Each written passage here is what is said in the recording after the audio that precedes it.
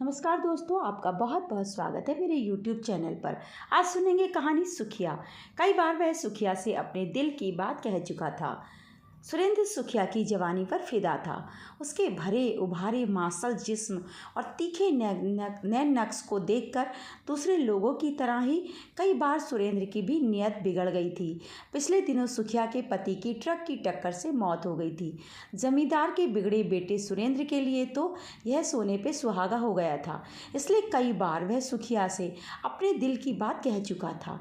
इस बीच सुखिया लोगों के घर बर्तन मांजकर कुछ पैसे कमा लेती थी। एक वकील ने उससे मिलकर उसके पति के बीमे के पैसे लिए उसे तैयार किया और केस लगा दिया था। एक दिन सुरेंद्र ने सुखिया से कहा, तू कोर्ट कचहरी के चक्कर में कहाँ पड़ी है?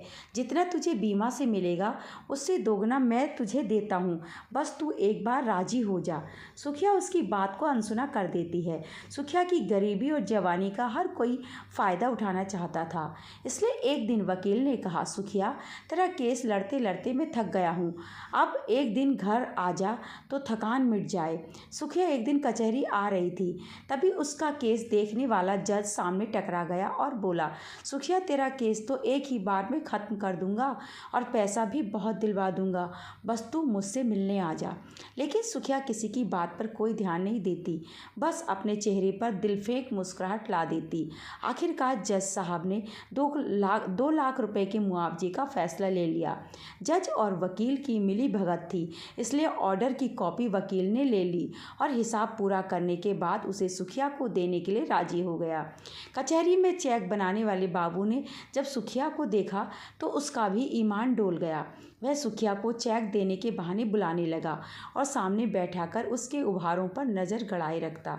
एक दिन बाबू ने कहा, तेरी फाइल और चेक के ऊपर सभी के दस्तखत होंगे, तभी मिलेगा पैसा। सुखिया ने परेशान होकर कहा, बाबू कुछ पैसा चाहिए तो ले लो, क्यों रोज़ रोज़ परेशान करते हो? इस पर बाबू उसे अपनी बातों में बहला लेता था। एक दिन जब सुखिया आई तब बाबू ने कहा, मैं फाइल और चेक तैयार रखूँगा, तुम आ जाना, फिर वहीं सब के दस्तखत करा कर चेक दे देंगे। सुखिया इसके लिए तैयार हो गई। यह खबर जब दरोगा को मिली तो वह भी इसमें शामिल हो गया। इससे यह डर भी खत्म हो गया कि अगर सुखिया ने कहीं शिकायत वगैरह की तो कुछ नहीं होगा। बाबू की पत्नी मायके गई थी, इसलिए सुखिया को उसी के कमरे में बुलाया।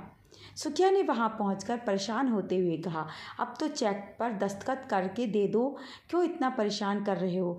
कचहरी के बाबुल ने कुटिल हंसी हंसते हुए कहा, सुखिया ऐसी भी क्या जल्दी है, थोड़ा रुको तो। इधर सुखिया कसमसाती रही, उधर फाइल चेक पर दस्तखत होते रहे। तो दोस्तों, ये थी आज की कहानी। कैसी लगी कमेंट करके ज़रूर बताएं।